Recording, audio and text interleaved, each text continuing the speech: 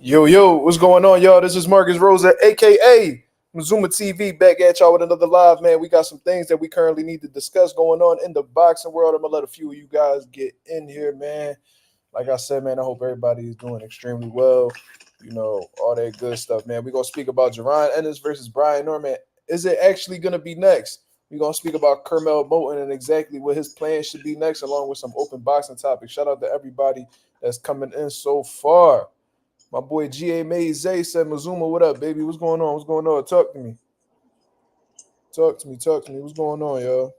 What's on y'all mind? How y'all feeling? How y'all feeling? Hit that like button as soon as y'all come in, y'all.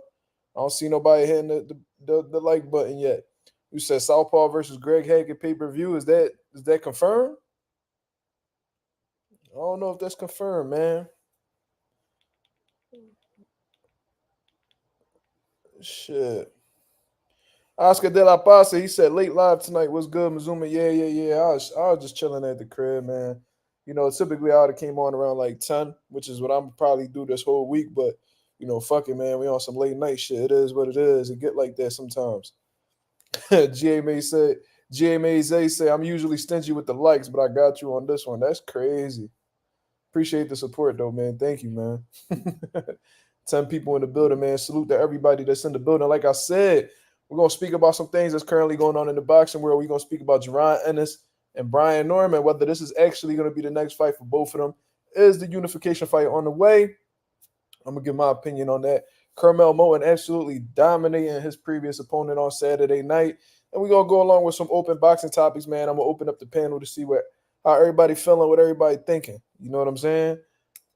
We got some things that we need to discuss because, Mazuma TV been under fire lately, man. A lot of people ain't been feeling what I've been talking about. You feel me? I got a lot of people in their feelings, and I'm like, damn, since when Brian Norman had all these fans?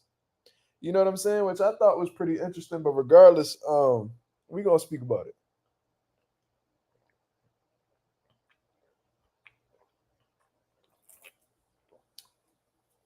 Because all of a sudden, motherfuckers is jumping out the woodworks, acting like they rock with Brian Norman. Yeah, niggas thought I cracked the beer like Stone Cold. Yeah. He said I grabbed a drink and the Curmel fight was over. Hey, man, there's a saying, man. I don't know if this. I never really heard it outside of Philly, but they say if they don't belong in there with you, you get them the fuck out of there. You feel what I'm saying? So if they don't belong in there with you, don't play with your food, man. Get him up out of there.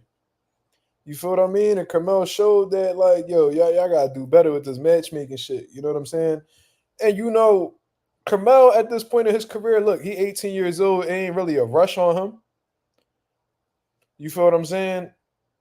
But at the same time, he needs to be learning every fight. Like if his plan is to be a young champion, and if he wants to get those big fights, he has to be ready for those fights. Him fighting the opponent that he fought on Saturday night isn't going to really teach him much. Remember, y'all seen what happened with Edgar Berlanga, all them first round knockouts. He didn't learn anything. So as soon as he went in there with somebody who could take his punch, that's when he started to learn. But by the time he learned, he was already like 15, 16 fights in. You know what I mean? So his progress is a lot more delayed than the typical person with that amount of fights. We don't want Curmel to be in that situation. So, I know he only got 5 fights. You know what I mean? Real green prospect at this point. He got a lot of good shit going on. He got some good feints, good hand speed, explosiveness, power. You know what I'm saying? He has an understanding of range, which I think is going to get better as he continues to fight. I want to see a little bit more elusiveness from Curmel. You know what I mean? Because I feel like at this point, what he's been showing us is that, his defense is his offense. You feel what I'm saying? So I want to see the little defensive side of Curmel. I want to see exactly what he got in that bag, or if he even has one at all. No disrespect to Curmel. I just need to see it. You know what I'm saying? But we won't never see the defensive side of Curmel, or to see if he has any type of defensive responsibility as long as he fight them type dudes. They're gonna lay down every time. The dude like led with like a right hand and he was like falling over his punches, and I'm like, yo, this dude is about to get stopped. Like I was watching it with my girl, and I'm like, yo, he about to get stopped. He about to get stopped. And then, yo, right at like 2 seconds after I said that, right hand, left hook, right hand, put him down, out. The ref didn't even want to see that shit continue. He was like, man, this shit about to get dark. Let me just stop this shit right here. You feel what I'm saying? So, Curmel, he looked like the goods, man. Slime said no notification is insane. You already know how they be doing me, bro. It's cool. At this point, it's cool. That's why I just hit the chat and I mentioned everybody. I'm like, yo, I'm live. I mean, that's your notification right there, because YouTube don't be doing a nigga no favors. I don't understand why YouTube even gives you the ability to turn on your post notifications if they not gonna send you the notifications. Like, what type of sense did that shit even make? For all that, y'all might as well just remove it. Like, if y'all not, if that service is not gonna do what it's supposed to do, get it the fuck about the system. Unless y'all only have certain people. You know what I'm saying? Y'all only had that shit work for certain people or bigger channels. I don't know what the situation is, but I don't know, man. This shit do be kind of iffy sometimes. You feel me? Let me turn this banner off and shit. Went back to the classic Mazuma TV layout. You feel what I'm saying? I'm gonna be switching between them. Pagat Petit, he said I received the notification. Oh, all right. So I guess it's just some channels do, some channels don't. It is what it is. Let's get into these comments right here. You see Brian Norman got dropped. I don't know. I don't know if you're referring to that sparring session, but I don't know if that was a slip or what, because the way it was edited, he just like fell right away. Like, it didn't show what happened prior to that. So I'm not even gonna assume that it was a punch or anything like that. You feel me? Did they rumble? I ain't heard nothing about that. Man, get your ass off my channel. Why you commenting on my shit? Sorry, y'all. I'm about to have my people hit you with the wrench, cuz. So I know I don't do that. That's my girl, y'all. She being a hater. Hit the like button. My boy J Cash said hit the like button. You already know what it is, man. Like I said, we're gonna get into some things, and I'm gonna actually put my link up on the channel for y'all to come through and voice y'all opinions, man, because I want to know what y'all think. Boxing film, what up? I want to know what you guys think about, Jaron Ennis versus Brian Norman possibly being next. Is it actually going to be yet next? You know what I mean? We just speculating at this point. Just a little bit of speculation and opinion in the mix. We're going to speak about Curmel Moton and exactly what's going to be going on with him. And we just going to have some good boxing conversation overall, man. You know what I'm saying? We're going to get into it for sure.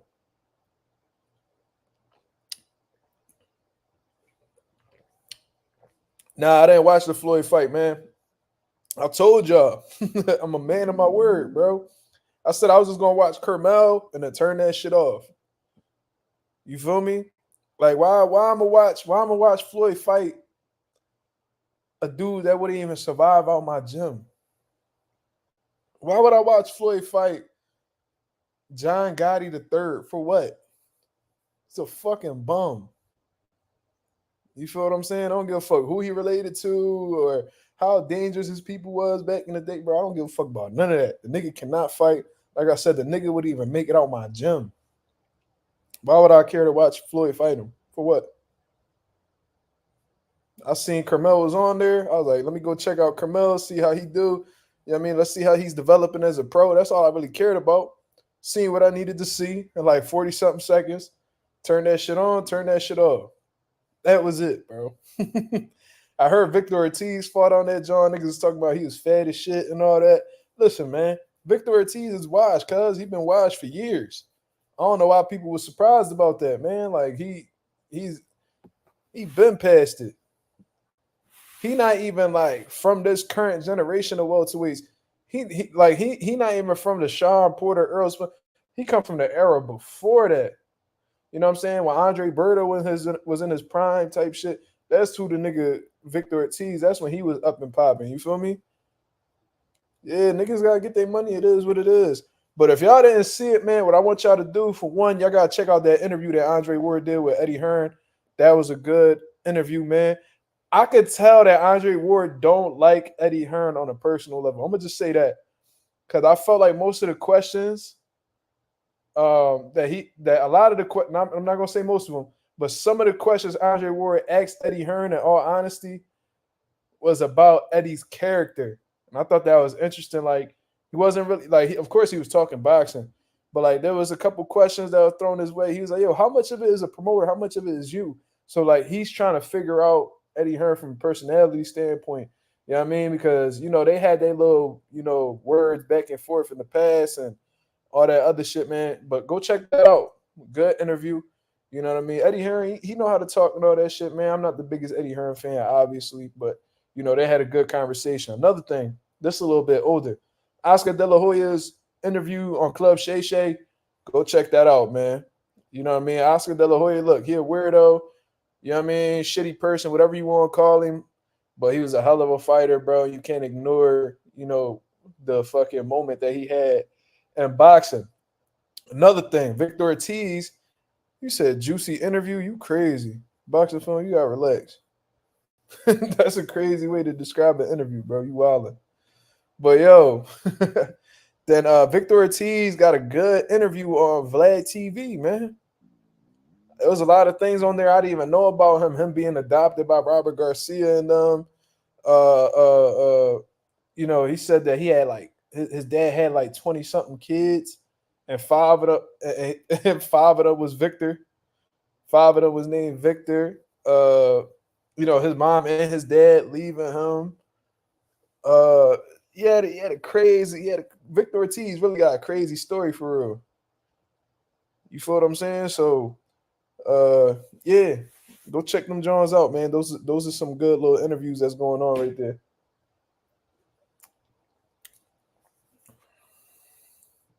Slime said Curmel beat the shit out of my stepdad.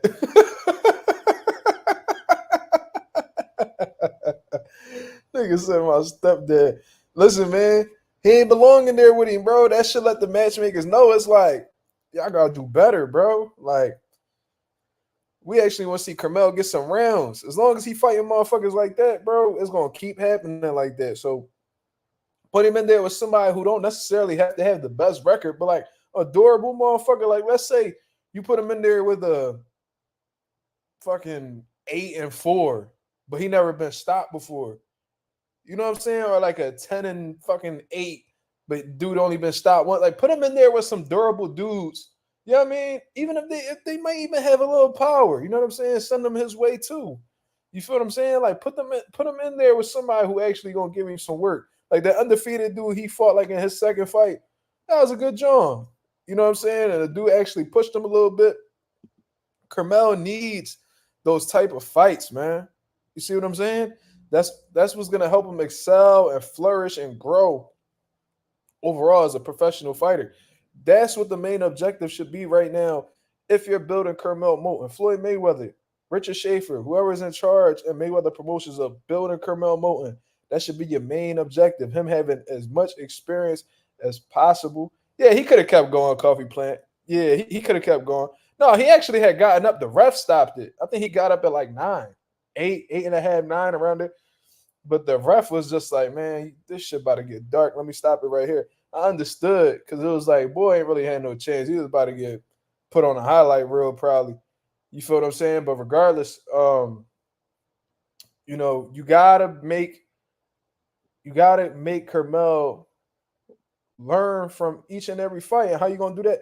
You gotta put him in there with guys that's clearly beatable. You don't want to fuck the money over Curmel, but you also want to put him in there with people who's going to give me some obstacles. You know what I mean? Put him in there with a fighter who might be a rough type of style or somebody who's going to push Curmel going backwards. I have yet to see Curmel go on the back foot yet. It'd be interesting to see him go on the back foot. You know what I'm saying? Don't give him too much, but give him something that, he hasn't seen before. You want to put him in every scenario possible. Of course not get knocked down or anything, but like put him in there with every style that you could think of to see how he, you know what I mean? So he could be ready for that in the future. And then going from there. And it's easier said than done. I'm making it sound like it's easy. Matchmaking is not easy at all. But, that's what they get paid the big bucks for over at, in promotional companies and shit like that. You feel me? Glizzy said, Mark Tank got his title shot at 22. Curmel still 18. Listen, I'm not even talking about Curmel fighting for a title right now. You know what I mean? He might fight for a title younger than that. What I'm saying is, with him being, 4-0, 5-0, his whole process right now should be learning and growing as a professional. So you got to put him in there with guys who not necessarily going to beat him or, may possibly hurt him or whatever the case is, but put him in there with people who, what I'm saying, give him a little thing to learn from. You know what I mean? So it is what it is. Curmel, that type of opposition that Curmel faced on Saturday, he's not going to learn anything from. Motherfuckers going to lay down there easy. He's not going to learn from them. So he going to need a little bit tougher opposition than that. That's all I'm saying. You feel me? So, yeah. Nigga said Chorizo fell out that nigga pocket. Yo, this nigga Slime is crazy. Let me see something real quick. Shout out to my boy Sing. I actually seen you write something before that, but I got caught up in previous comments. Let me see what you said real quick, Sing. Hold on. Mazuma, I don't honestly believe Brian Norman Jr. will be able to keep up with Boots' pace. Greg Hackett is right. His pace will drive him crazy. I actually didn't hear Greg Hackett say that, but if you watch the video that I had just put out earlier, I said how Brian Norman only punches 1, 2 at a time. You feel what I'm saying? And I was alluding to that same idea where it's like he's not going to be able to keep up with the volume of Jaron Ennis. You feel what I mean? On top of him, Brian Norman don't really – he got decent hand speed, but he don't got the fastest hands neither. You know what I mean? Like Brian Norman, after watching him, I finally sat there and studied the man. He got power. You feel what I'm saying? He got power. But he only throw 1, 2 punches at a time. There's not many moments that I've seen in the film that I've watched and studied that he's thrown more than it's not, it's very rare to see Brian Norman throw a 3, 4, 5 punch combination. You feel me? He throw 1, 2 shots at a time. 1, 2 shots at a time.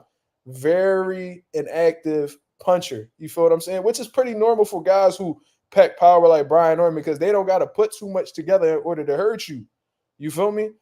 So, that's normal, but going up against Jaron Ennis, you're going to need to pick up the volume, man. I said it in my video. Y'all can go check it out, man. I just put it out a couple hours ago. And let me check what the video is called. Let me see. Hold on. I put, what's the real reason behind Brian Norman? Hold on. Stalling on Jaron Ennis fight. Is it really the money? Go check that video out, man. But anyways, I was speaking about how, his volume ain't enough to keep up with Jaron Ennis. You know what I mean? That pace is definitely going to play a part. So if I'm Brian Norman, if I'm a part of this camp and this fight about to really be the one that's in play, you got to pick up the work rate, man. You got to pick up the work rate. And I said that verbatim on my video. He needs to pick up the work rate. Because if anything, he's going to get drowned in there, man. And then, another thing that hurts Brian Norman too, like I said in the video, he don't take his fucking head off the line, bro. He do not take his head off the line. When you, and I don't know if there's many of y'all who box, but for example, I'm in bed right now, my fault, y'all. But let's say you starting here, right? When you end with a punch, your head is supposed to be off the line. You feel me? If you drop that jab, bring that head up to the side. Pause. If you're throwing an up jab, you could bring that hand within your left shoulder, shoot up. Slip jab, shoot down. If you shoot that right hand, drop your head up to the left side. If you shoot that left hook, bring that head off to the right side. You feel me? So Brian Norman would throw punches, literally keep his head right on the center line. This is the center line right here. He's not dropping off this way. He's not dropping off that way. You know what I'm saying? He keeping his head right there. And somebody like Jaron Ennis is going to pick up on that shit like this. You feel what I mean? And those counter punches is going to be fucking god awful fucking with Jaron Ennis. You feel what I'm saying? So there's a lot of flaws that Brian Norman, he don't have much flaws. I ain't going to sit here and act like he do everything wrong. But the flaws he does have is going to be detrimental in his chances in beating Jaron Ennis. It's slim to none. I ain't even going to lie to y'all, man. Like, I was saying how, like, he's an aggressive guy and he got punching power, but we seen Boots in there with aggressive power punchers like Romain Villa. We seen exactly what happened to him. We don't even know if Romain Villa going to be the same after this fight, to keep it real with you. You feel what I'm saying? And I would love to see Romain Villa versus Brian Norman. If Romain Villa is anything like himself, like the Rashidi Ellis version, or even before the Boots fight, you know what I'm saying? Before the stoppage, like, I think that'll be a very interesting fight. style wise. I don't know who wins that, but we seen Boots in there with that type of style. You know, Brian Norman doesn't really do anything that really concerns me in terms of, you know, him possibly doing something to Boots. Now, am I sitting here acting like it's impossible? No, I'm not, because you know this boxing, anything could happen. I've seen crazy shit happen in boxing where I thought a motherfucker couldn't be faded and they got faded. You feel what I mean? So, you know, Boots clearly the favorite in my opinion. Norman don't do anything better than Boots in that motherfucking boxing ring. I think that they know that, and that's why you know they doing their best to really really cash out from the fight. I don't know if they really as interested as they say they are. I had watched a Mill City interview, and Zab Judah asked a brilliant question, man, and it was a question I didn't even think of. In all honesty, I'm typically good with the questions, but that one was a really good one. And it was saying, would you take that offer that they had just sent you? Would you take that if it was in a different location? And they said, yeah. Brian Norman put both his thumbs up. The father said, yeah.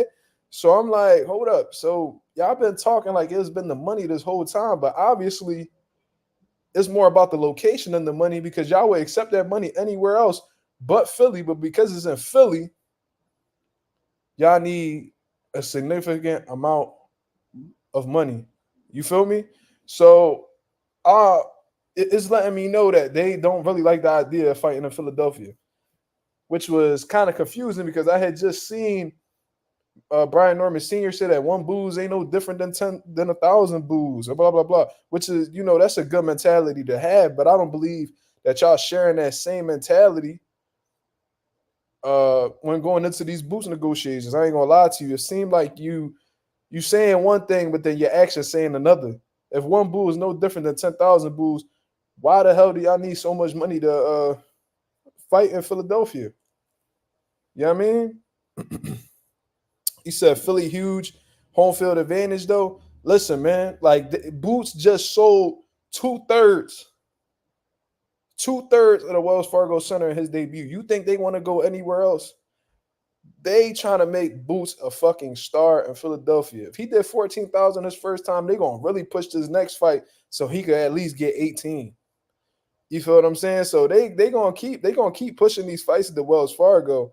If they did good money like that, I think they did well over $1 million at the gate and shit like that. They gonna rinse and repeat. You know, Brian Norman, you know what I'm saying? He ain't got no home. You feel me? So, you know, if the promoters and them try to make the most money possible, they don't need to go to Vegas. They don't need to, bro. Boots is selling in Philadelphia. They're gonna keep his ass in Philadelphia. And that was against the replacement coffee plan. That's a fact.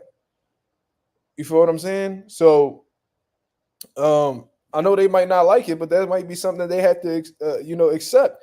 And what's really confusing, in all honesty, was he fought Santillin in his hometown. You feel me? You said if he's selling that much, the money for Norman shouldn't be a problem. Well, I mean, we don't know how much Norman is asking for. He might be asking for an amount that is difficult to take on. You feel me? I mean, you could be right. You could be right. It probably isn't a problem for them. They probably gonna get it made. They probably gonna give them the money that they asking for. But you know what I'm saying? We don't know unless we know an actual number. We wouldn't really know. Word, I think Vila could give Norman that work. I think so too. I think that's a fucking banger. If Vila is anything like himself, he took a lot of punishment against Boots. You feel what I'm saying? A whole lot of punishment. So when you take them type of ass whoopers, it take a whole lot out of you. You feel me? So we gotta see when Romain Villa come back, what type of time he on. If he look like himself, you know what I mean? Then I would love to see him and Brian Norman fight in the future. I think that should be lit. Absolutely. He said, in all seriousness, Brian Norman's style ain't nothing crazy for Boots. Boots gonna pick him off easy. I say 7th round KO. Yeah, man. It was crazy. You know what I heard from Brian Norman. Let me know that he was just fucking chatting, bro. He did that interview with Cigar Talk, and he said he didn't feel Boots' punches. He said he ain't feel Boots' punches. You know what I mean? His dad talking about that Boots couldn't hurt him, but Gervonta Davis hit harder than Boots. Man, listen, that's possible. You know what I'm saying? Because Tank is that type of puncher. I even heard, Brian Norman say that Tank punched harder than Terrence Crawford. Yo, look, he's a phenomenal puncher. Ain't no doubt about it. But what we not about to do is sit here and act like, you know what I mean, Boost got pillows and shit like that. We definitely ain't doing that.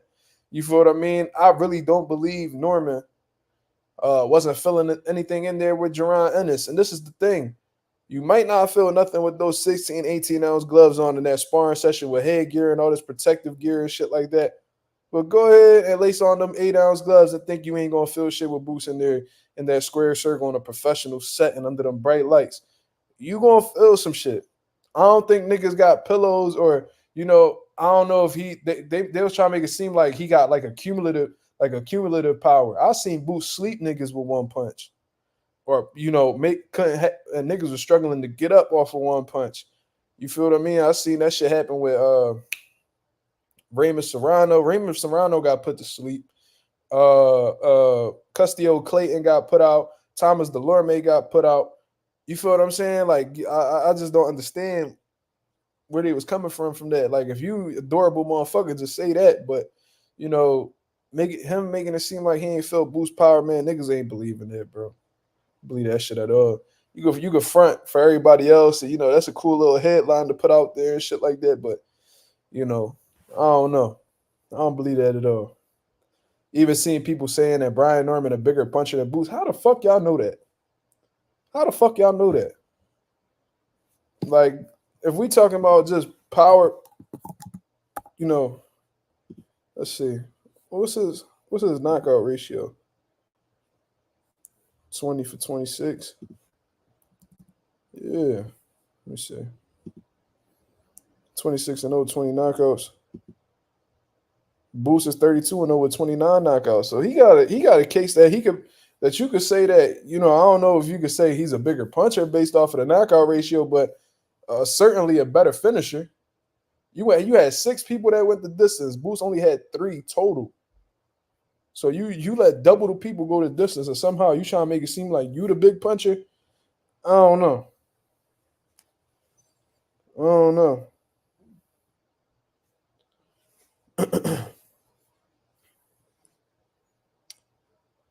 He said David Ebenezer give Brian problems. That'd be a tough little scrap for sure. Elf as well said, "Yo, Mazuma, how you squash that with Southpaw when he was talking crazy about you and your illness, G?" I'm not even going to necessarily say we squashed it. You know what I'm saying? Because it's not like we friends or anything like that. You know what I mean? What happened was, he had kept running his mouth, talking shit about me on his live and shit like that. You know what I mean? I hit him up, and every time I hit him up to talk about rumbling, he never would answer. You know what I'm saying? Like how the way he was talking to Greg, I don't know why, but he never responded to me like that. You feel me?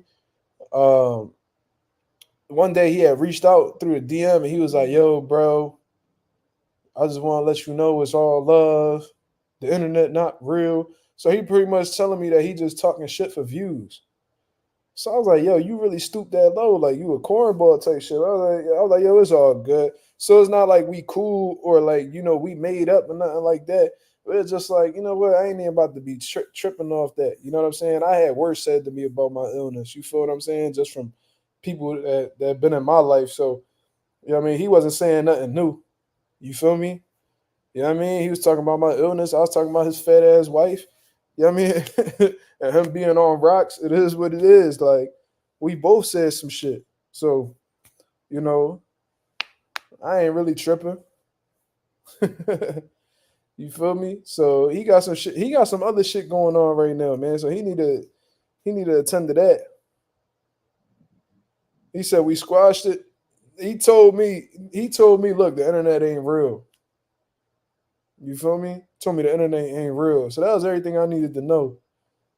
You feel me? So,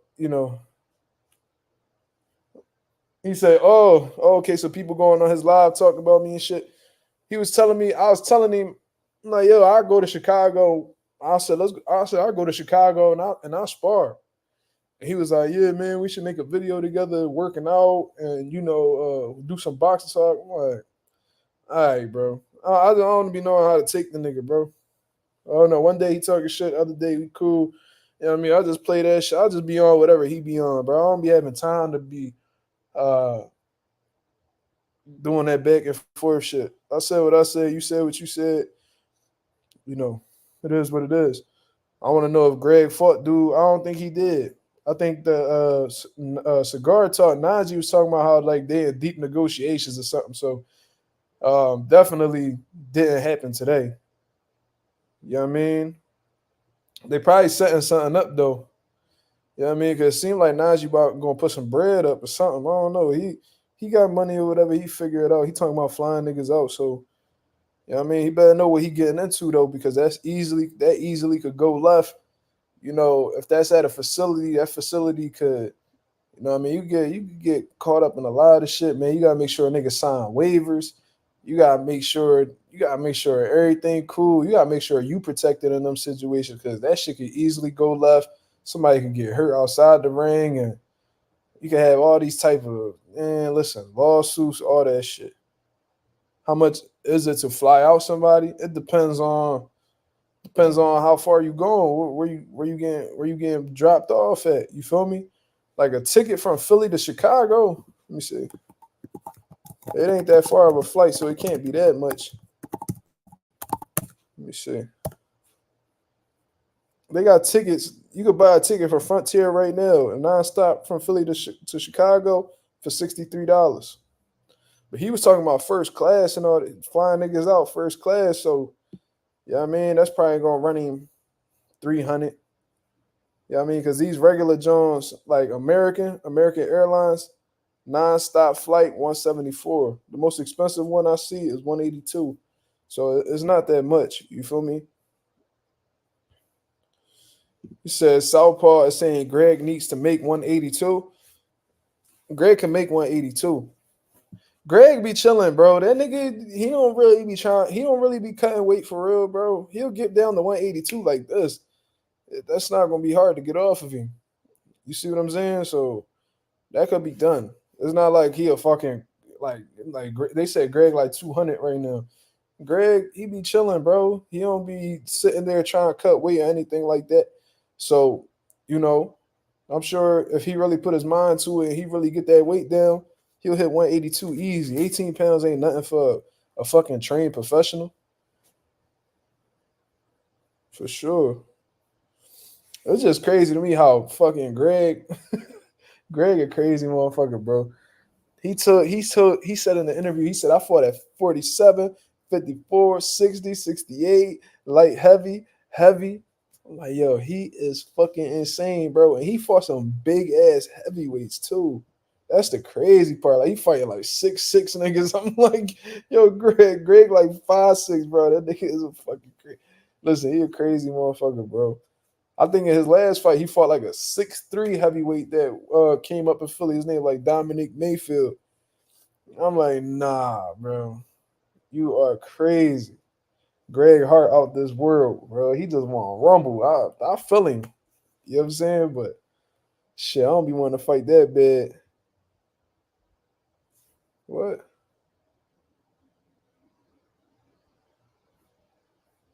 What?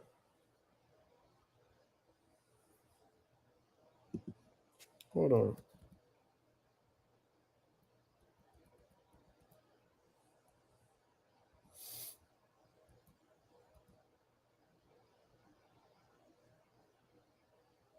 You say you fly girls out? You gotta be careful with that, Zay. You gotta be careful with that. Because I heard uh if you fly girls out and it's only for the intention of, you know what I'm saying, that could be labeled as trafficking. So you gotta be real careful with that. Real careful with that. You seen Greg in person? Yeah, all the time.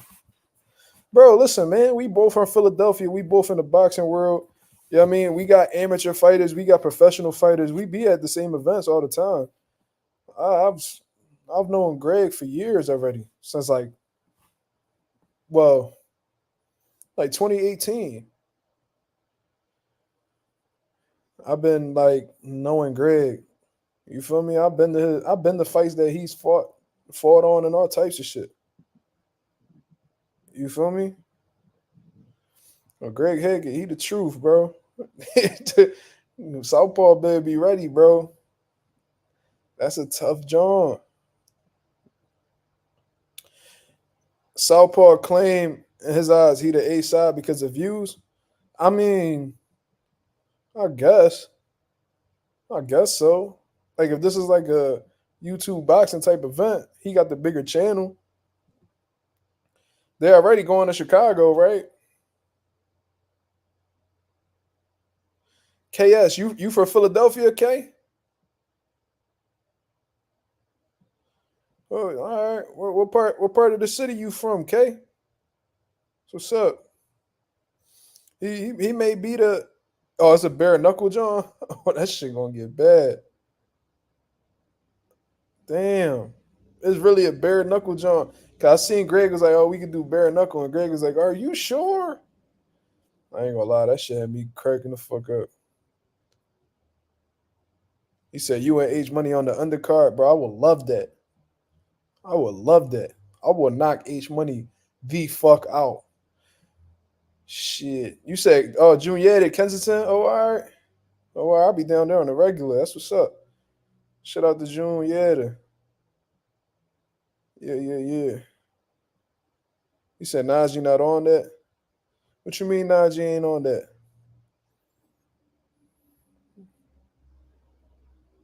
Yeah, yeah, yeah. Shout out to the 37 people that's in the building, man. Hit the like button as soon as you come in. Yeah, I would love to knock H Money out. I would knock him out, and I would go to his city. Yeah, wherever he from, Memphis. I go to Memphis and I'll spark him over there in front of his people. Bro, pull up to my restaurant, Fifth and Cecil B. More. All right, bet. What's the name of your restaurant? Cause we got people on here that's from Philadelphia too, man. Plug your restaurant. Najee said he not on no street shit.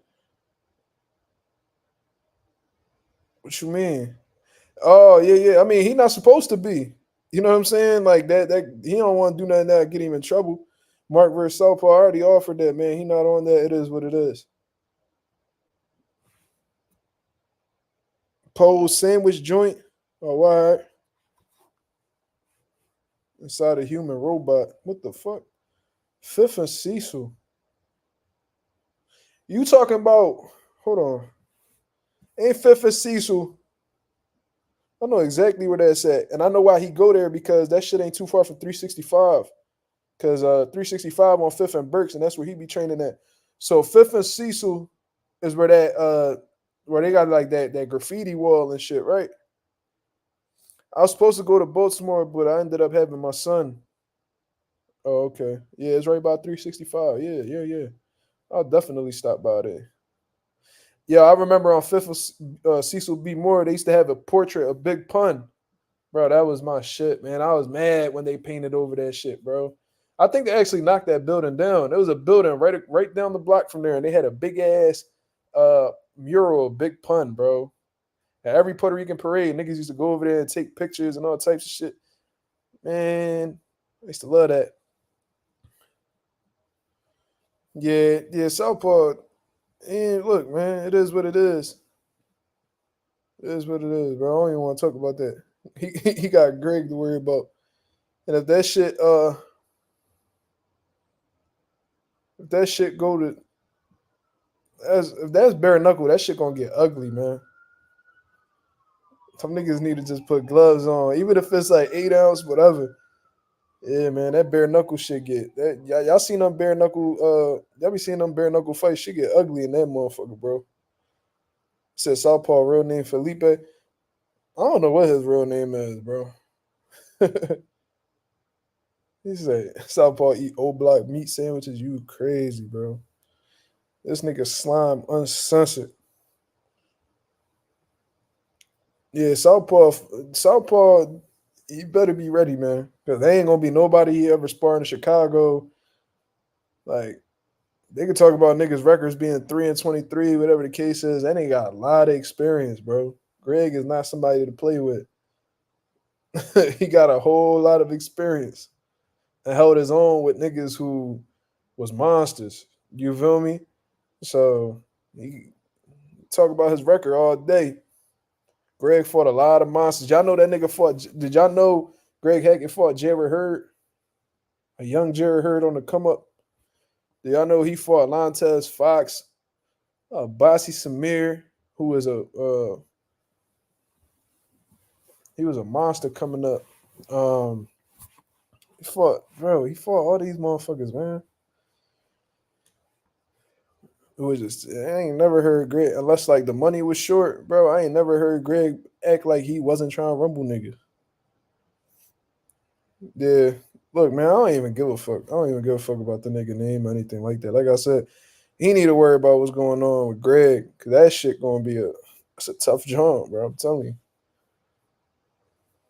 you. But yeah, man. Yeah, fuck all that. They gotta fight. Yeah, Greg gonna take that trip to Chicago. And this the thing too, and this why it's tough for Southpaw, right? Because he got a history of telling people coming to Chicago, come to Chicago, come to Chicago. So if he actually go, if Greg actually go to Chicago, Southpaw gonna have to do something.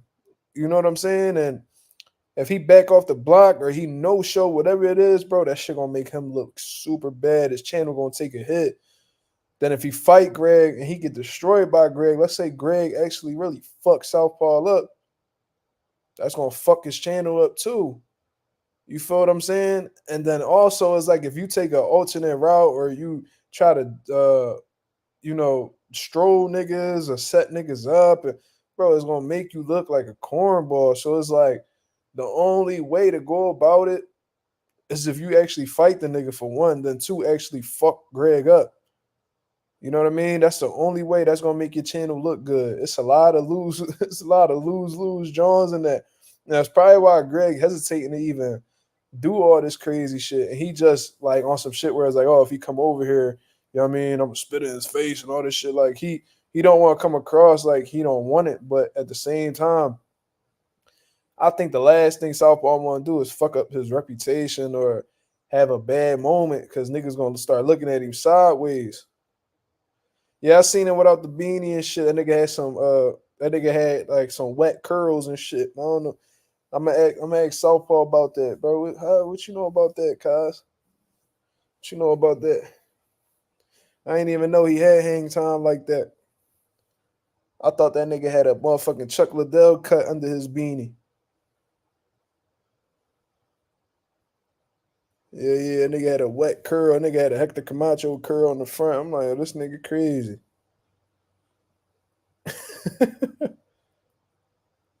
Said Greg was supposed to come Sunday. He didn't. Well, as far as I'm concerned, Najee said he'd been talking to them about really setting something up, like an actual event.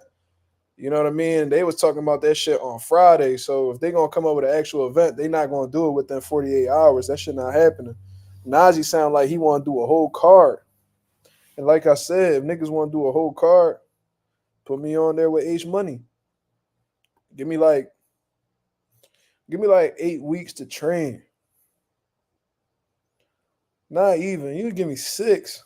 Give me 6 weeks to train. Yeah, I mean, I get down to I'm 175 right now. You get me down to 160, 165 around there. I'll ice him right now. But I'm saying like real bad ice, like on some real shit. Give me the 160, 165.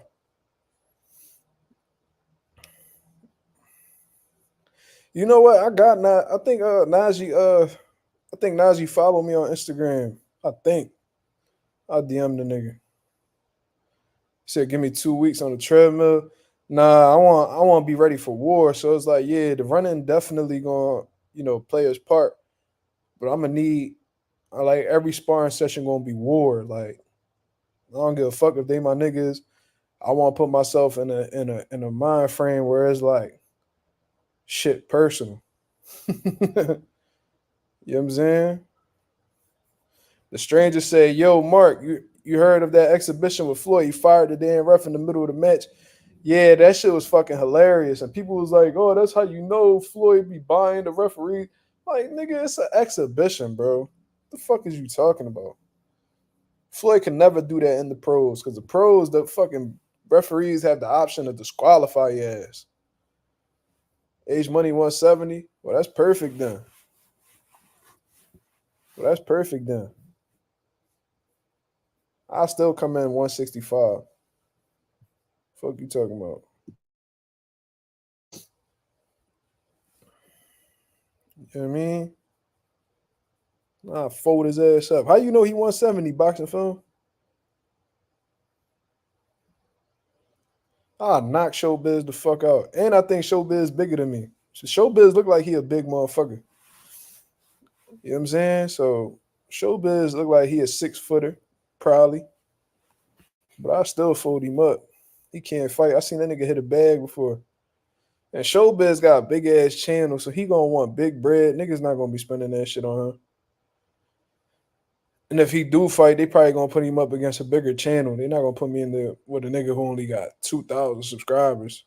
Because if I spark Showbiz, you know what I mean, it's gonna be a loss for him.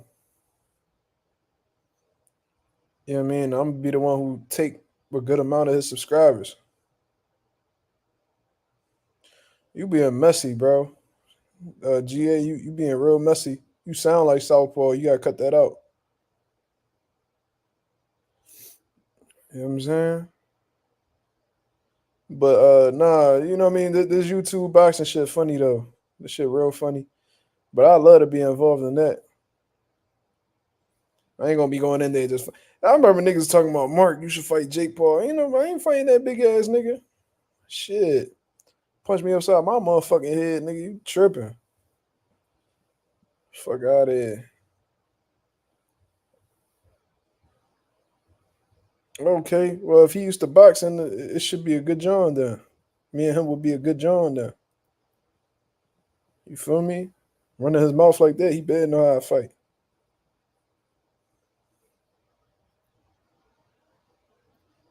All I know is I'm coming in there to hurt you. That's all I know.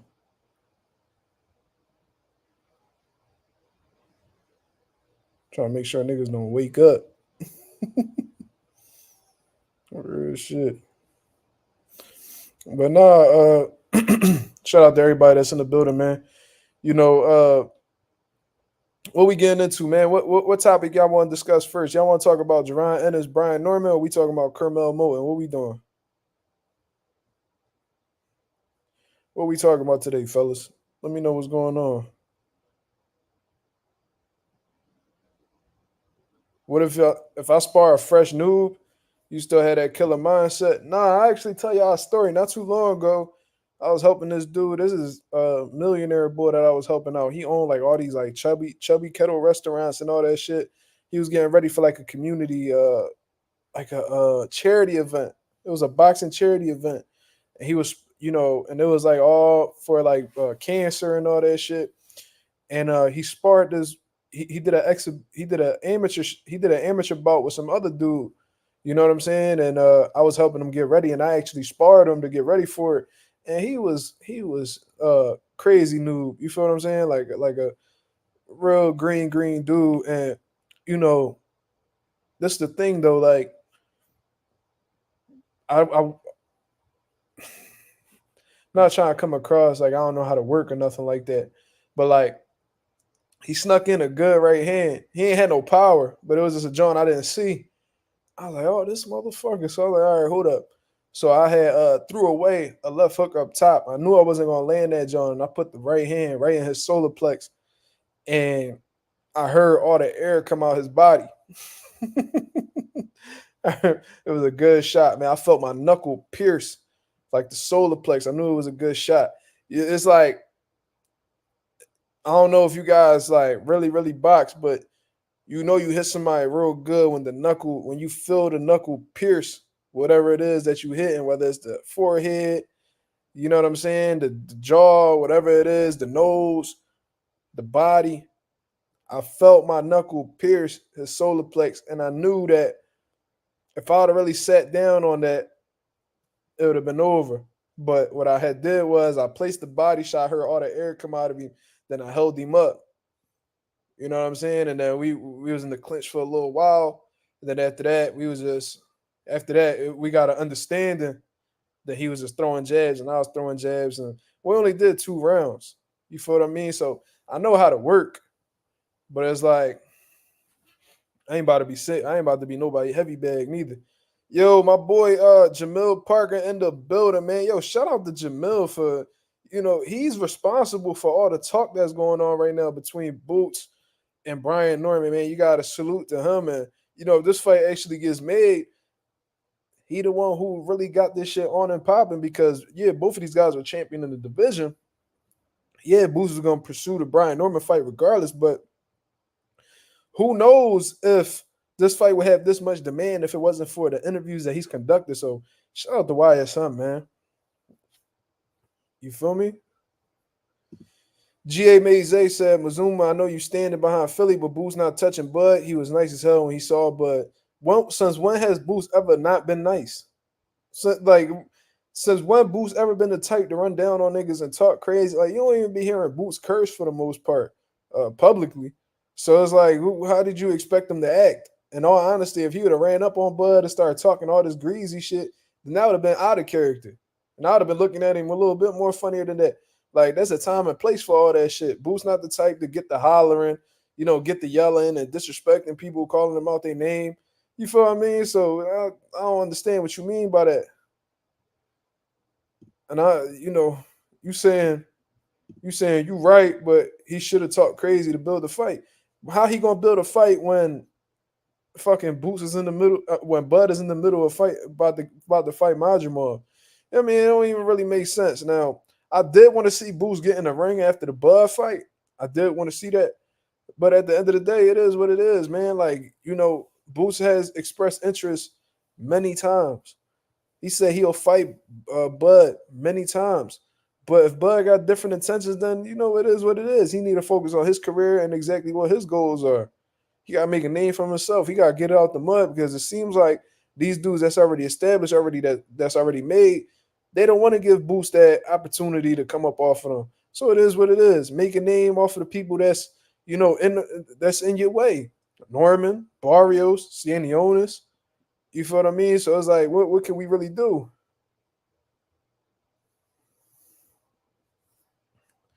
I never said Bohachuk got robbed. I never said that. You feel what I mean? And he was raised by a father who, is real big on respect. Bullsy real big on respect, man. Like, when you ever heard Bullsy really disrespect niggas? Like, he ain't got that type of character. You know what I'm saying? A real OG. You feel me? So yeah, nah, bro. I ain't expect Boost to do anything like that. If he would have jumped out his skin and talked crazy to Bud, I'm like, yo, what's going on with Boost? Like, he all right. You know what I mean? But that's just because, I've been seeing Boost around. I see how he move. I mean, I got an idea of what his character is. Don't know him personally, but I got a good idea of who he is as a man and how the way he approach shit. He ain't like that.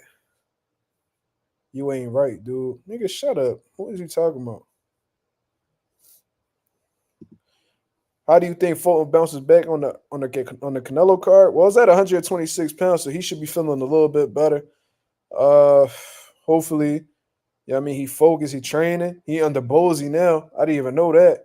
But he training, he got Bozy lead in his corner now. So, you know what I mean? That's dope. You feel what I mean? That's dope to see that. And he been working hard for what I've been hearing. You know what I mean? So I'm sure he gonna come back really well, man. Fulton, I think he lost to NUA and people really forgot who he was. Like, Stephen Fulton got one of the best jabs in boxing. You feel what I'm saying? And he could, and Fulton is well rounded as well. You know what I'm saying? He could get in the trenches with you and make it a dog fight. He could box the shit out you. Like, it all depends on how you know what I'm saying? How you give it up. Pause. Uh, when he fought Angelo Leo, man, that was one of his best performances. He went into the trenches with Brandon Figueroa, and regardless of how the way you felt about the fight, he pulled it out. You know what I'm saying? So, Fulton a monster, bro. You not. he said, "I'll knock you out in one round with your little shoulders." My shoulders look crazy. He said little shoulders. Yeah, all right. You gonna keep talking behind the computer, nigga. Say you Alonzo Tremendous in person and watch these big ass palms slap fire out your ass. Damn. Nigga said little shoulder. That's hilarious. But yo, if y'all got the slime, you in the building, man. Do what you gotta do with them wrenches, dog. You feel me? Niggas talking too much. Fulton is sharp. He will bounce back. I believe that. I believe that for sure. Uh, Mr. Danny Guns, he said saw a video of Berlanga training for Canelo in the Colorado mountains. Okay, he training in that high altitude. Oh, okay. Oh, all right. That's what's up. Above sea level training. That boy getting ready for Canelo. Yeah, he trying to make sure that shit at least competitive. Because he don't want that shit to be his last payday. You feel me? That's what's up, man. As long as he focused and he training hard, man. Berlanga, go out there and do your thing, buddy, man. Go prove the whole world wrong, because don't nobody believe you're going to beat Canelo. So if you can actually pull something off, you could do because everything seems impossible until it's done. So if you're actually able to do some shit, bro, hurt Canelo, drop Canelo, beat Canelo, man, you gonna make the boxing world stop. That'll be called shocking the world on some Muhammad Ali shit.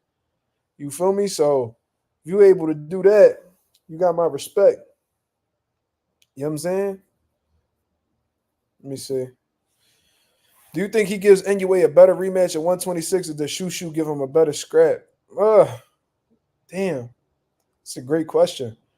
Do I think he gives him a better rematch at 126? I don't know, because I don't know if the weight was the issue with fighting Inoue. You know what I'm saying? It seemed like it was more of a stylistic thing, in all honesty.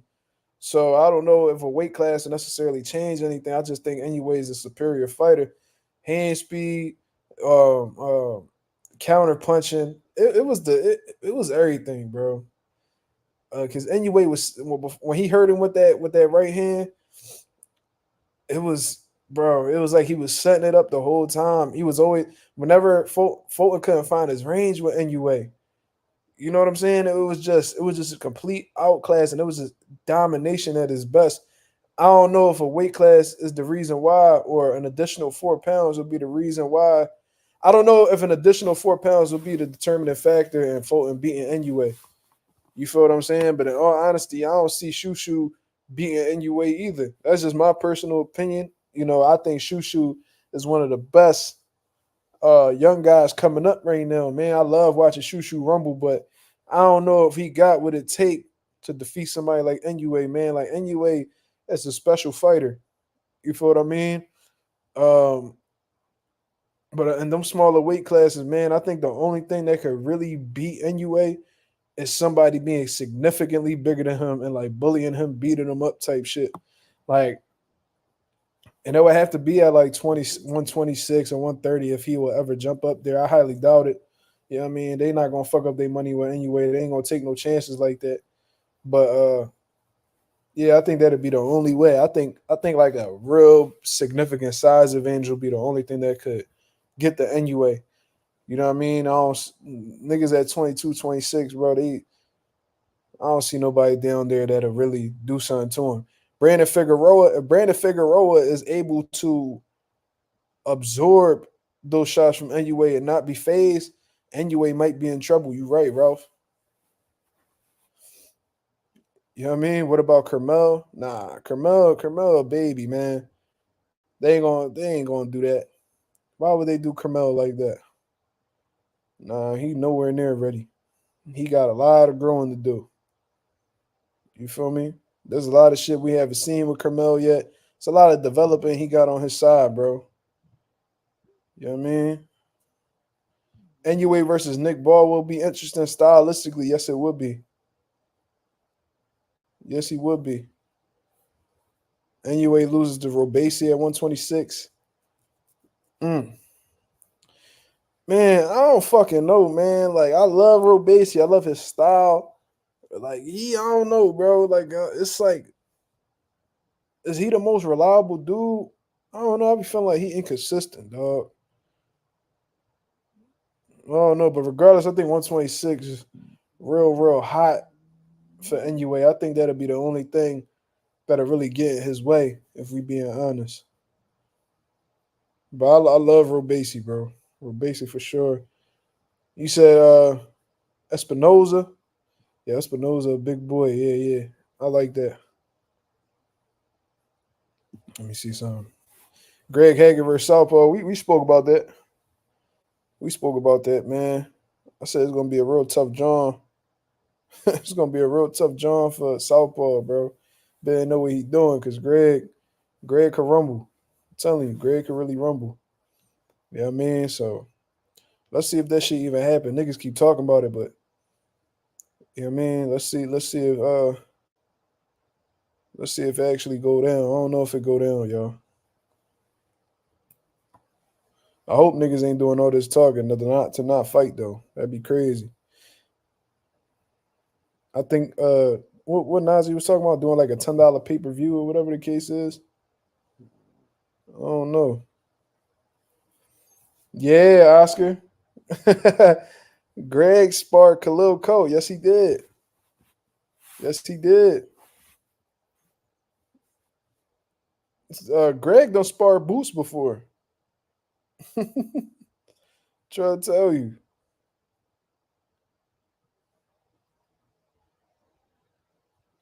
DOG 215. He said, "What's up, Mazuma? What's going on, my brother?"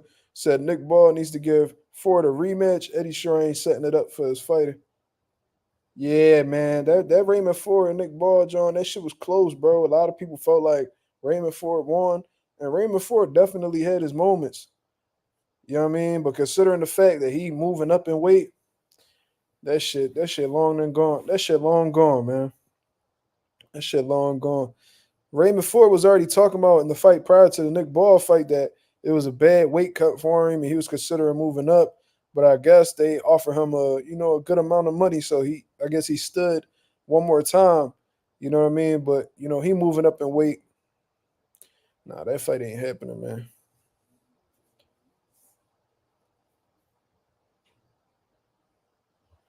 You know what I mean? Let's see what's going on right here.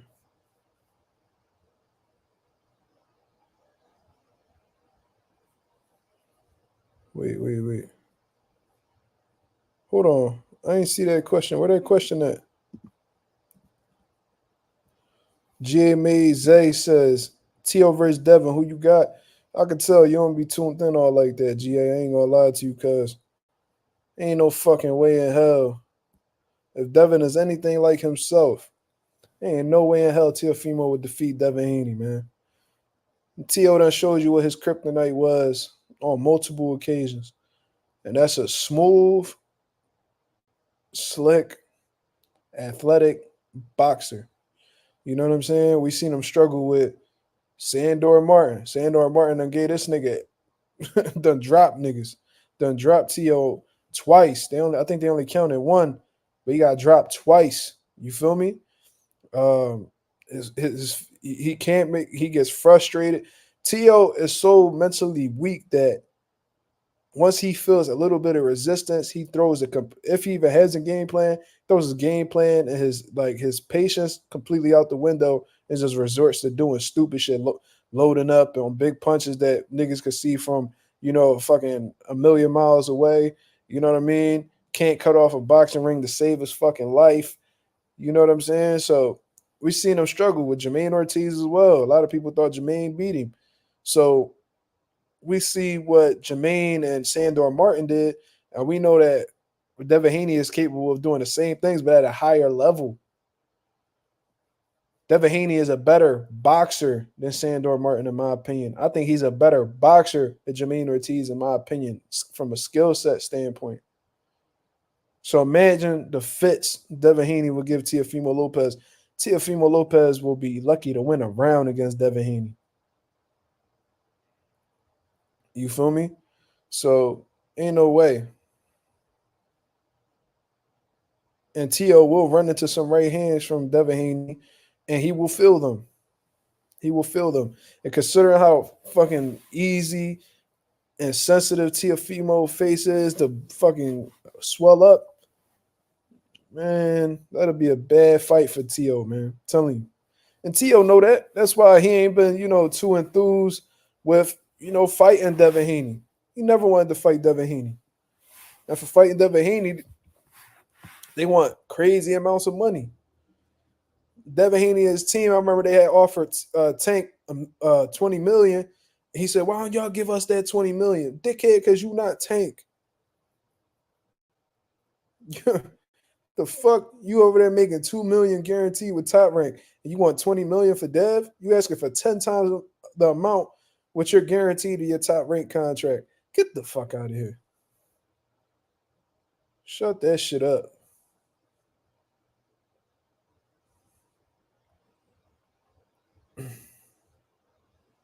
What you mean, Devin?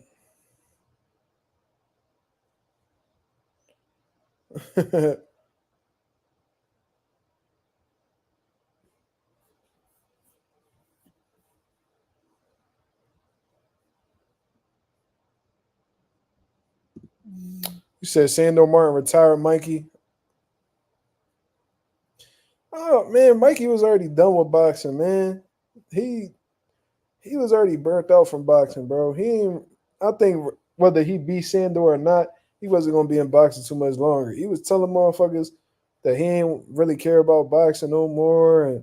And listen, Mikey done gave up on boxing a couple times. So he only did it because he was good at it. He never really cared for it. That sucks because Mikey was one of my favorite fighters ever. He said, man, never got Mikey versus Loma. Me too. I think Mikey would have got him. I don't give a fuck what nobody say. Mikey would have pulled that dog out, had Loma on the back foot. I don't care what nobody say. Sam, GGG versus Ward. Yeah, that's all. That's all. Triple G fault, man. You know what I mean? That's triple. Wait, hold on. I said that's all. Yeah, I said that's all Triple G fault. Ward tried. He sent him an offer. He turned it down. Gary Russell versus Mikey at 126. Sheesh. You think like I don't know if Mikey would have stopped Loma because Loma, I don't know something about Loma. He know how to get the fuck out of the smoke. But I think Mikey would have beat him. Uh, yo, you really a hater, bro. I'm trying to tell you, this dude Pagai, whatever the fuck his name is, Pagai Petit, whatever the fuck your name is, bro. You really the biggest Devin hater like around. Like I'm surprised you still in the chat on some shit, bro. Like you really be hating out this world, bro. Really be hating out this world. If T.O. and Dev ever happen, bro, you better be here in the chat. And you better all that shit you be talking about, Dev, nigga, you better be ready to put some bread up. Shit. That nigga out his damn mind.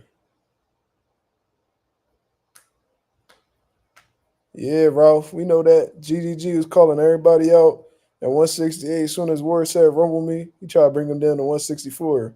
Never forget. Yeah, bro, Devin will outbox the shit out T.O., man. Badly, too. It would be embarrassing. It'd be like on some Regis Pro grade shit. But I think T.O. hits the canvas fucking with Dev. Oscar versus Bud, prime for prime? Sheesh. So you saying Oscar versus Bud, 147, bro? Shit. Oh my God.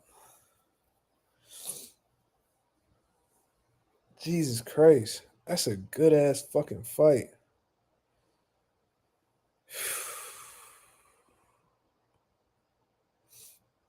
I'm gonna say Bud. Should I say Bud? Damn, but Oscar was a fucking problem at 47, dog. The fucking combination punch, that left hook, got a great jab. Shit, man, don't put that pressure on me, man. I don't want to answer that. Shit. Who said Southpaw versus Southpaw? Spence versus Trinidad? I got Trinidad. I think he would have broke Spence up. Blank Man says T.O. has way better feet, better counter punching, and more athletic than Regis. I agree 1,000%. However, the reason why I said that T.O. would get done like Regis Prograis is his inability to cut off the ring. Him lunging, him, completely abandoning his game plan and his jab, not punching in combinations. I see him lunging into shots, completely missing. I see him struggling to find his range. Following Devin around the ring instead of cutting the ring off, and running into straight shots from Devin Haney, combination punches from Devin Haney, and getting turned the entire 12-round fight. So what I'm saying, I'm not saying he ain't better than Regis. No, he is better than Regis, but I think he'll get done like Regis, just based off of the things that he struggles with and what he lacks overall. He said, "You right. I don't like dude." At least he honest. J made Dev Zay says Devin abandoned his game plan as well. He abandoned it against Ryan. Well, against Ryan, he got hurt off the rip. And I think Devin gonna learn from that situation. I think he took that shit personal. And I think he abandoned what he did well because he was trying to prove something. He wanted to step to Ryan when he didn't really need to. You know what I'm saying? I think he could have boxed him and did just fine. But it is what it is. I don't know if Tiafimo got that one-headed quitter like Ryan Garcia does, in them higher weights. Since Tiafimo has moved up to 140, it seems like his power don't carry the same umph that it used to at 135. That's just my observation. You feel what I'm saying? Then on top of that, you know what I mean? He abandoned his game plan because he was getting rocked by a nigga who was on PEDs. You know what I mean? Let's not give Ryan too much credit. Come on now. He's a drug cheat. Come on now. But we'll see.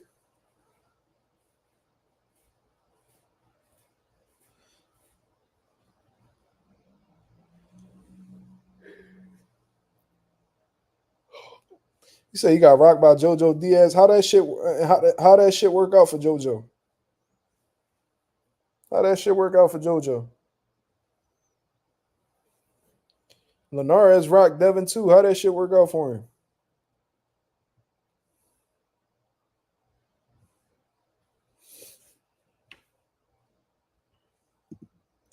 Would you say Boots struggled to cut off the ring versus Karen? Canelo struggled to cut off the ring versus Mel?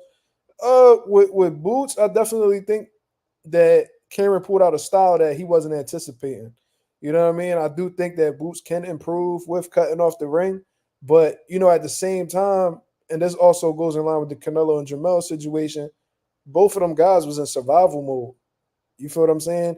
And it's hard to knock somebody out that does not want to be knocked out. Somebody who is respectful of your power and will do anything to avoid getting hit cleanly by you. It's very difficult to get past. You know what I'm saying? And I think with Karen, I think he made up in his mind that he wasn't gonna, exchange with Boots or even get into any type of firefights with Boots. So he was like, I'm gonna play this shit safe. I'm a box.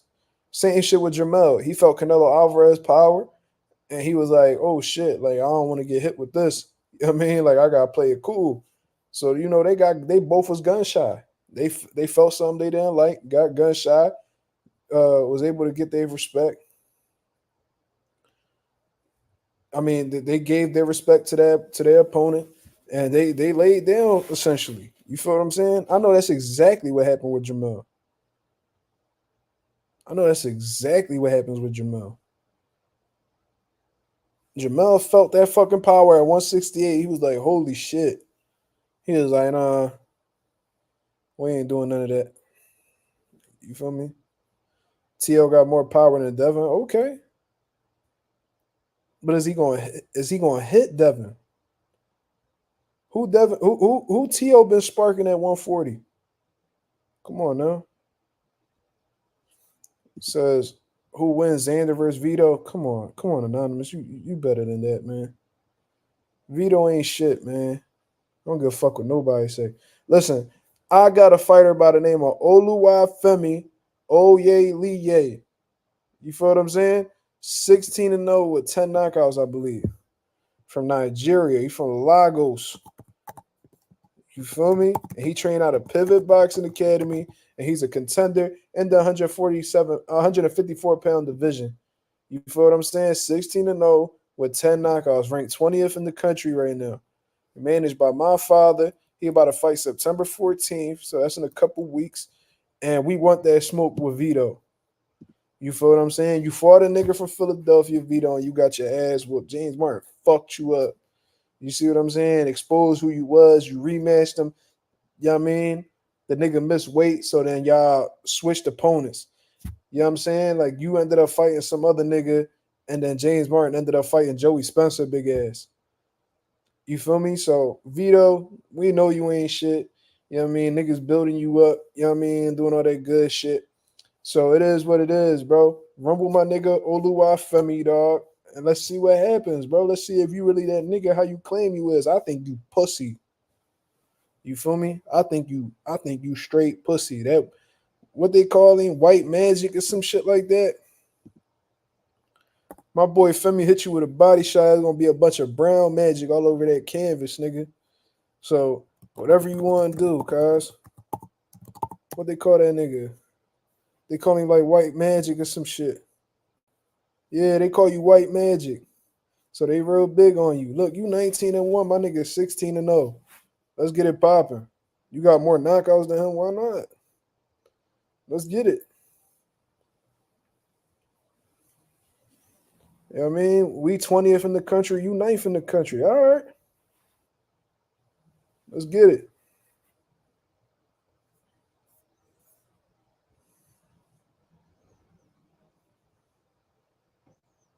Who's him and Abdullah? Abdullah's a lightweight, bro.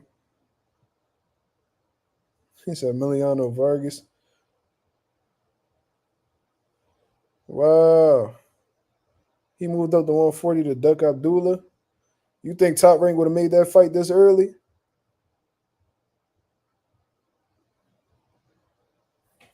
I don't know if they would have fed. I don't know if they would have fed him to Abdullah. I think they would have kept building him for as long as they could. He said, bro, Eddie Hearn been talking spicy ever since Dev mentioned that purse bid situation. That don't mean nothing.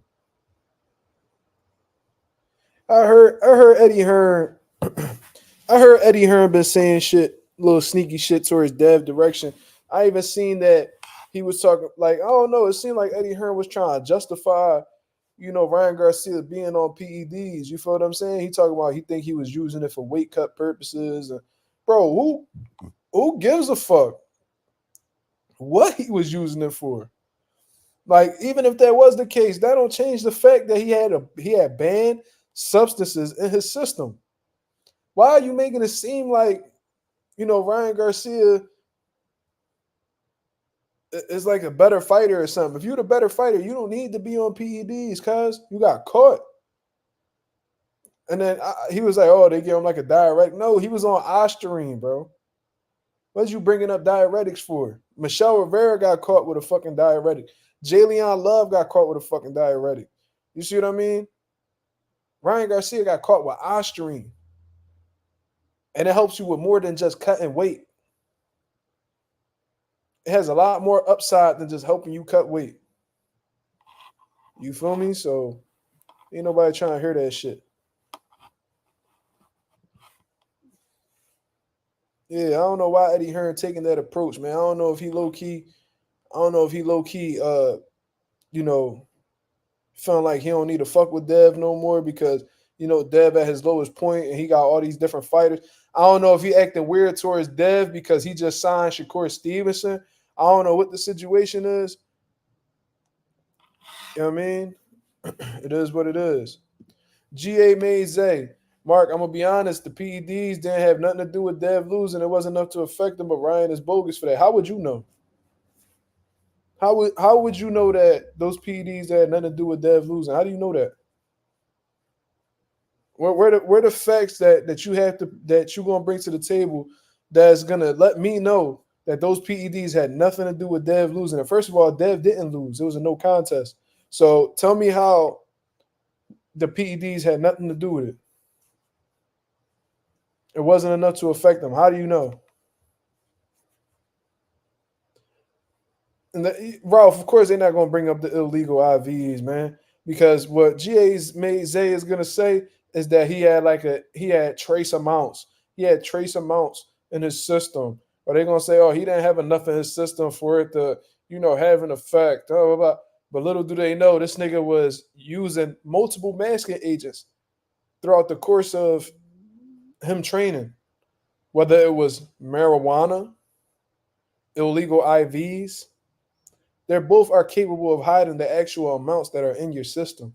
But a lot of people don't really want to speak on that. You feel what I mean? And it just so happens that when he took all the masking agents and water out of his system, the PEDs revealed themselves. You see what I'm saying? It's interesting.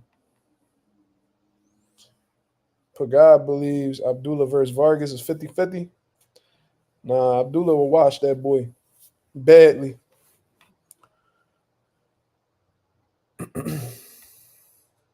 Alcohol can be used as a diuretic to flush your system too.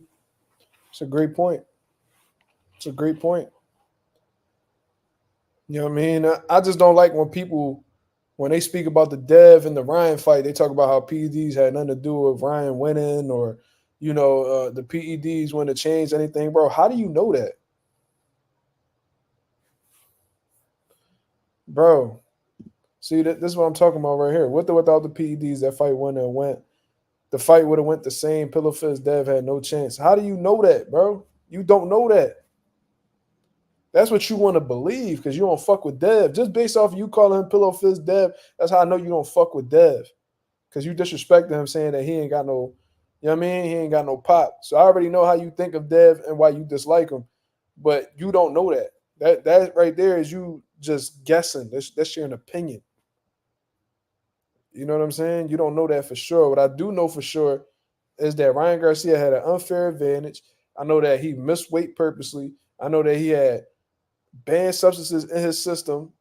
I know he had masking agents to cover up the real amounts of PEDs he had in the system. I know that Ryan Garcia spoke about, having a league where everybody took steroids.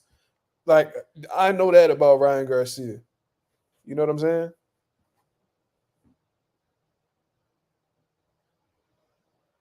Hold on. See? And then it's like niggas hate Dev so much that they okay with a nigga cheating against them as long as they fuck Dev up. They cool with it. You know what I'm saying?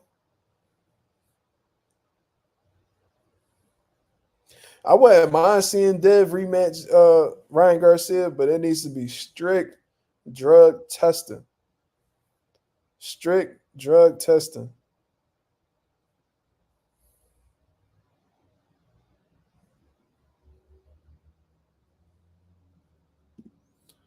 Shit, I do mess with Dev. I like Tank, but call him Gervontina.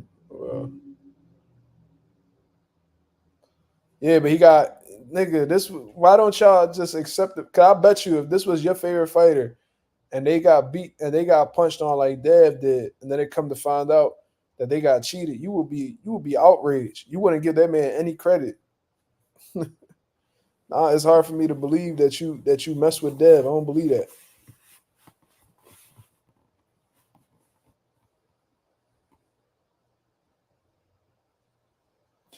Man, Schofield ain't doing shit with Abdullah Mason, man. Schofield trash. When Greg Hackett said that nigga is like a lightweight Sean Porter, bro, it's a fact. That's a fact.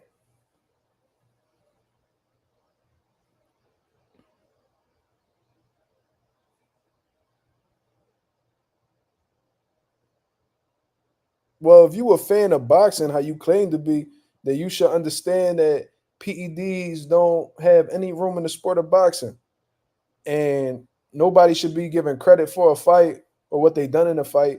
They tested positive for performance enhancement drugs, sir. So if you're a fan of boxing, then you should stand for the integrity of boxing. And one of the things that hurts the sport of boxing more than anything is a cheating motherfucker. Where motherfuckers already died.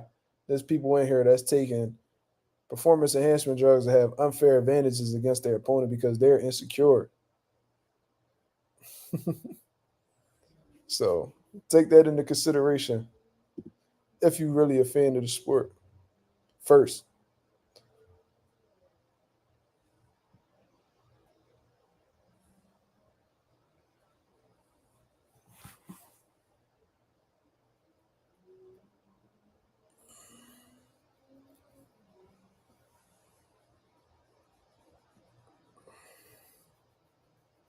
If you think he would have lost either way, that's cool. But the reality is he didn't lose.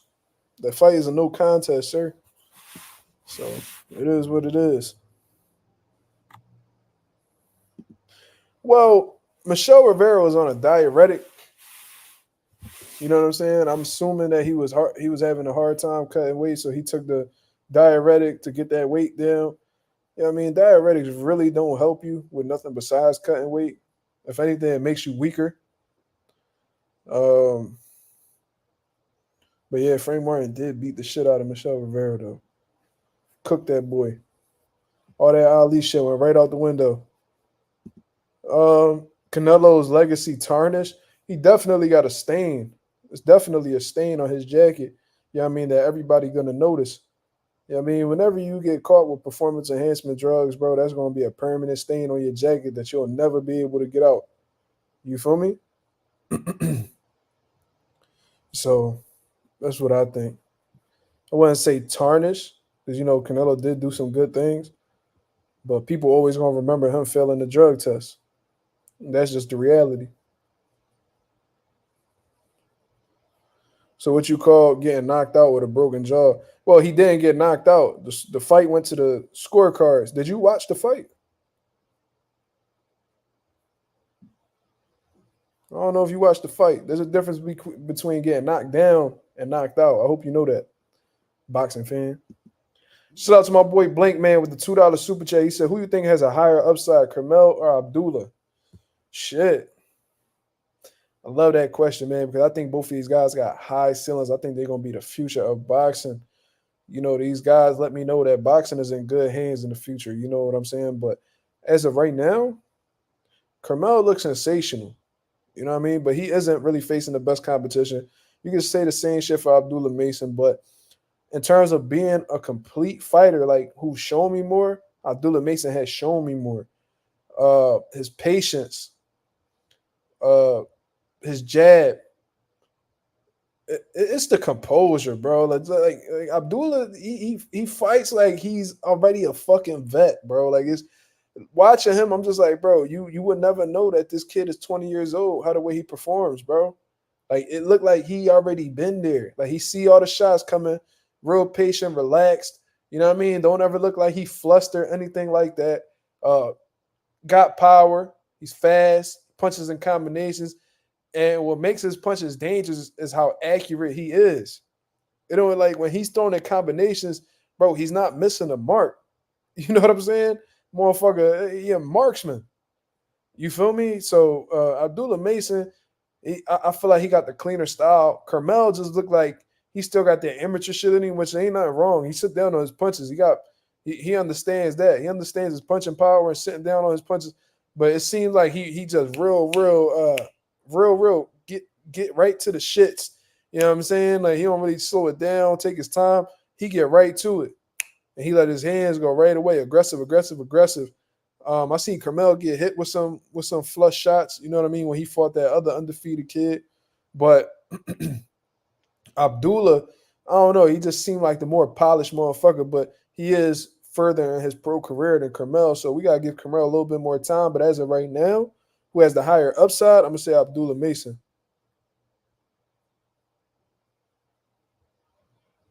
The fight was supposed to get stopped, but it didn't. Bro, you talk about what should have happened. I talk about what did happen.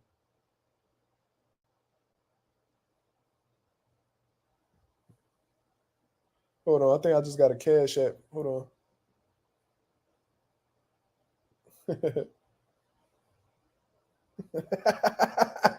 This nigga Slime crazy. Yo, Slime, you want me to read that? You want me to read that comment? Shout out to my boy.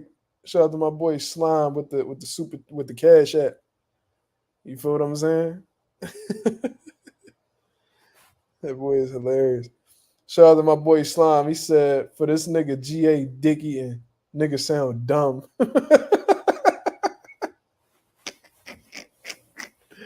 Nigga sent the cash app talking about GA Dicky and he sound dumb. Shout out to the boy Slime, bro. He wrong. He don't bite his tongue for nobody. Yeah. Yeah, I think Abdullah got a higher ceiling, not just because he further ahead or whatever. I just think he got the more polished style. I see more out of Abdullah. I feel like Curmel, he just be trucking niggas.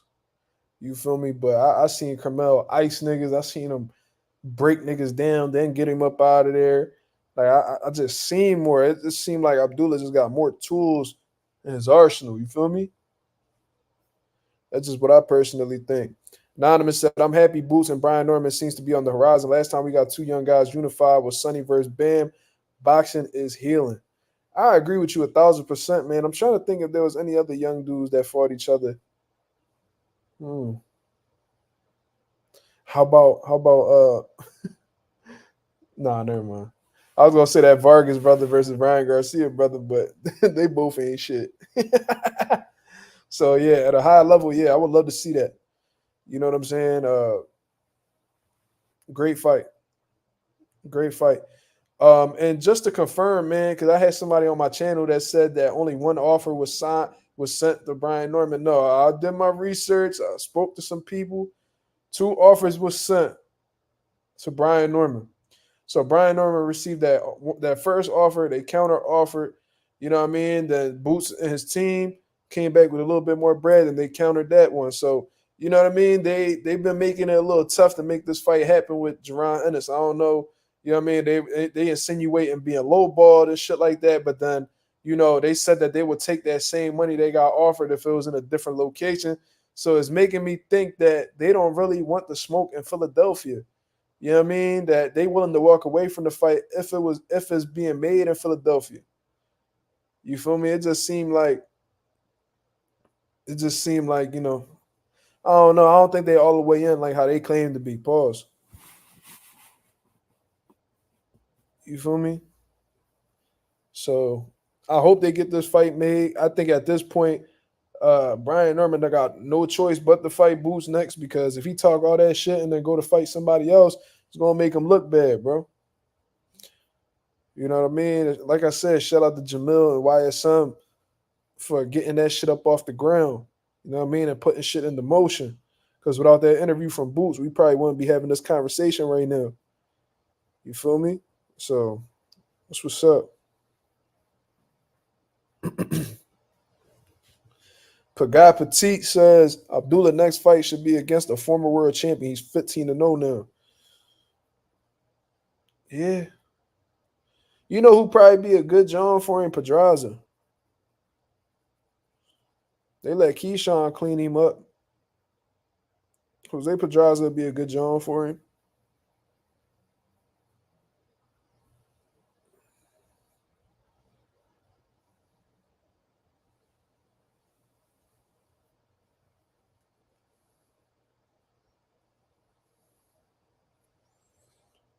Orlando Thompson said, I think they just building the buzz up for it first. I don't think so. I don't think Boots is taking part in that. You feel me? And the reason why I say that is because he sent them an offer.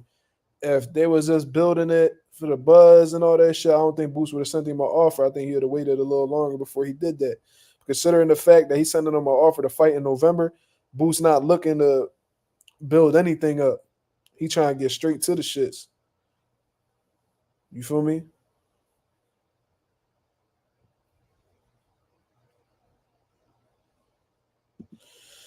Y'all think Shushu gonna get on that November card in Norfolk? Shushu said he trying to get a title fight by next year. He should finish this one strong. I agree. I mean, if I'm Shushu, I'm definitely trying to get on that card. You feel me? Because you want to end the year strong. You want to stay active. You know what I mean? You don't want inactivity to be the reason why you have a shitty performance in 2025. You know what I mean? And shit like that. So I hope he do. I hope he do. Adding Shushu to any undercard, man, will be dope. And after a while, man, I feel like Shushu should, at least be at a co-main event stage. You feel what I'm saying? We'll see though. I would like to see Shushu return ASAP. And that's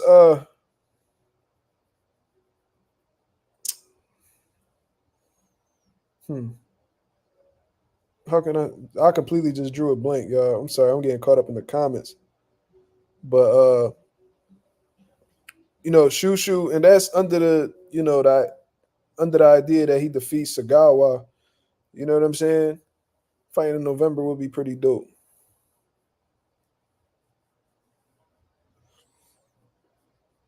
Orlando Thompson said we're not gonna get that fight until mid 2025, I believe. Well, if that's the case, then Brian Norman and his team gonna look incredibly bad, incredibly bad, incredibly bad, and they gonna look like ducks. And I see that they fighting hard to, not have that stain on their jacket. You feel me?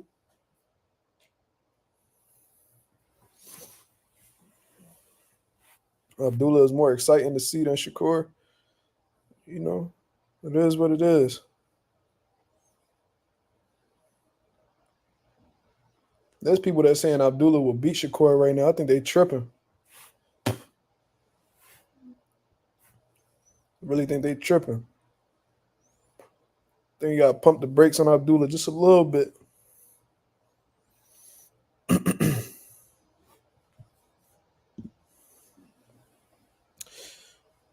Anonymous says, I like to see Abdullah fight a gatekeeper like a Giovanni Cabrera. I know he's going to get his fifth fight this year to happen from his post fight interview. Giovanni Cabrera, that's a good one. I think a former world champion would be a good idea though. Like Cabrera, that's a good one. He makes fights so fucking ugly though, man. Um, that would be a good opponent considering Pitbull Cruz struggled with him and shit like that. That would be a good opponent actually. I like that one. If Abdullah was able to stop him like Cepeda did, or do it even more sensational than Cepeda did, that'd be impressive. Yeah, bro. You got a real ugly style, man. It's a real uncomfortable style, honestly. I kind of don't even want to see, Abdullah in that type of mix. Because what they're gonna do is they're like, oh, Abdullah got exposed. Abdullah got exposed. You know what I mean? Motherfuckers will do talk shit about anything, bro.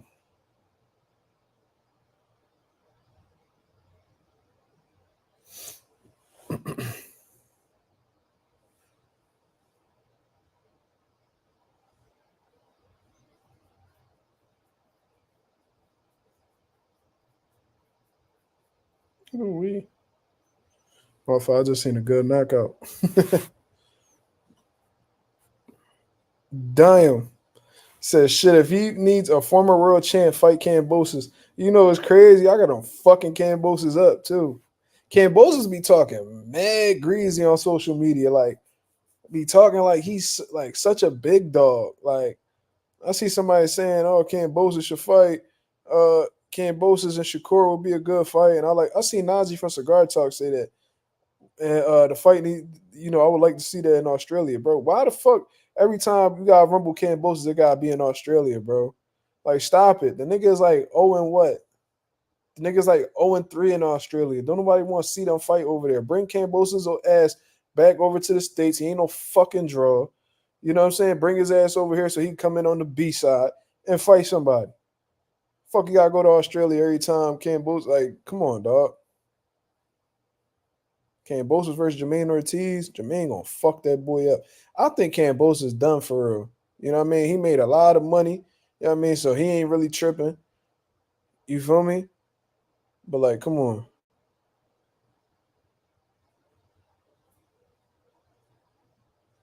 I don't really care for that shit, bro. He be talking so crazy to Shakur, like he this top dog. And it's like, bro, first of all, and I don't know why the fuck Shakur told him that he was undisputed. Nigga, you were never undisputed, bro. Who keeps telling these niggas like y'all niggas is trying to rewrite history, bro? T.O., Loma, Cambosis were never undisputed. Neither one of them. Why the fuck do y'all keep pushing this fucking this cap, bro?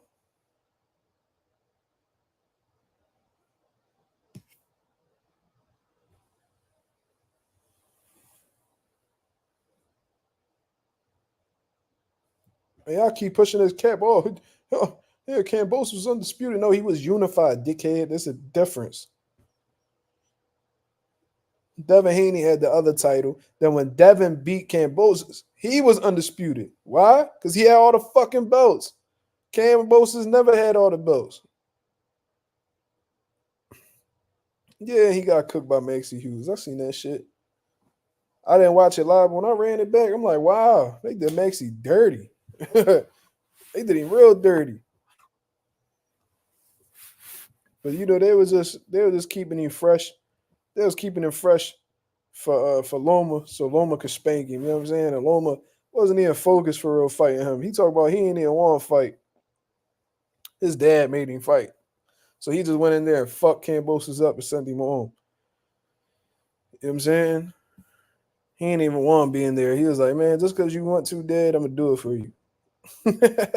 You know, like when your dad tell you to take out the garbage and you don't really feel like it, but you know what I mean, you don't want to piss your dad off and nothing, so you go and just take the trash out. That's what Loma did, man. He just taking the trash out. So I want to see Mark versus Francis Ngannou. This nigga, listen, bro. You and Ngannou about the same weight, so you might as well just go ahead and take that smoke from me. You know what I'm saying? Go ahead and handle that.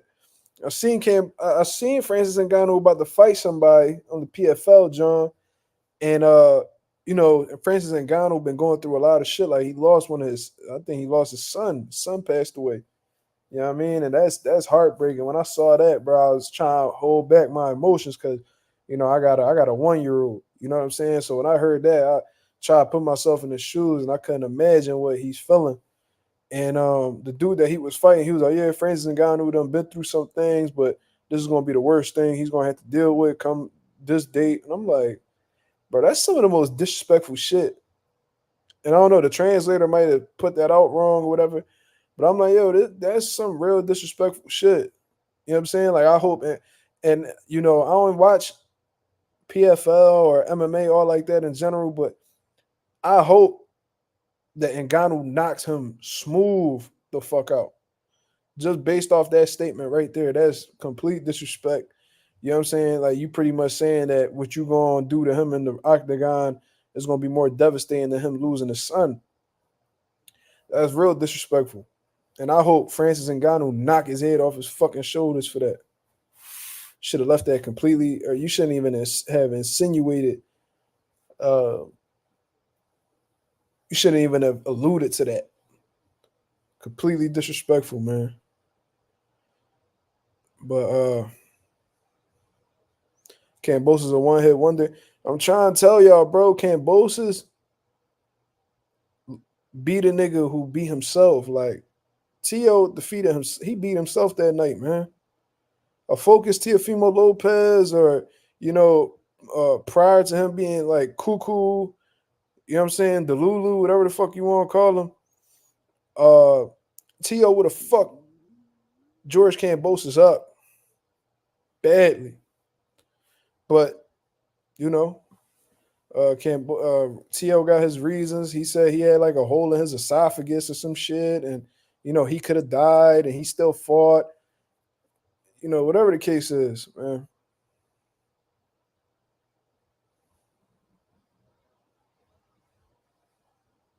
He said, "What happened to Matias, the man who got exposed by Paro?" I heard he training with a Puerto Rican boxing legend. I heard he training with Ivan Calderon. He should have something cooking up soon. I hope that whoever Super L fight next in trouble. That's all. From what I've been hearing, the next nigga that Matias fights is gonna be in a lot of trouble. So I'm loving. I cannot wait to see who gonna take that smoke with Subarel coming off of a loss. That's gonna be a bad job. But all right, y'all. I'm gonna get up out of here, man. I've been on here for an hour 45. This is a pretty long live, and I appreciate everybody that came through and been showing love the entire time. I mean, we had up to like 40 people in here. I'm highly appreciative for everybody that's been contributing. Yeah, I mean, shout out to the ones. Shout out to let me see.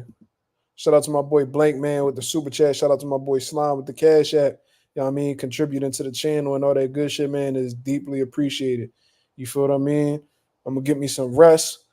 You know what I mean? Because I got a long day ahead of me tomorrow. So shout out to the nation and the mob. I'll be back at y'all with another video and another live. Be on the lookout for my live tomorrow night, 10 p.m. You know what I mean? We definitely gonna get the chopping up. And who knows, I might bring somebody on the channel to chop it up with us. But in the meantime, man, this is Mazuma TV. Thank you very much for tuning in. I'm out of here, man. Peace.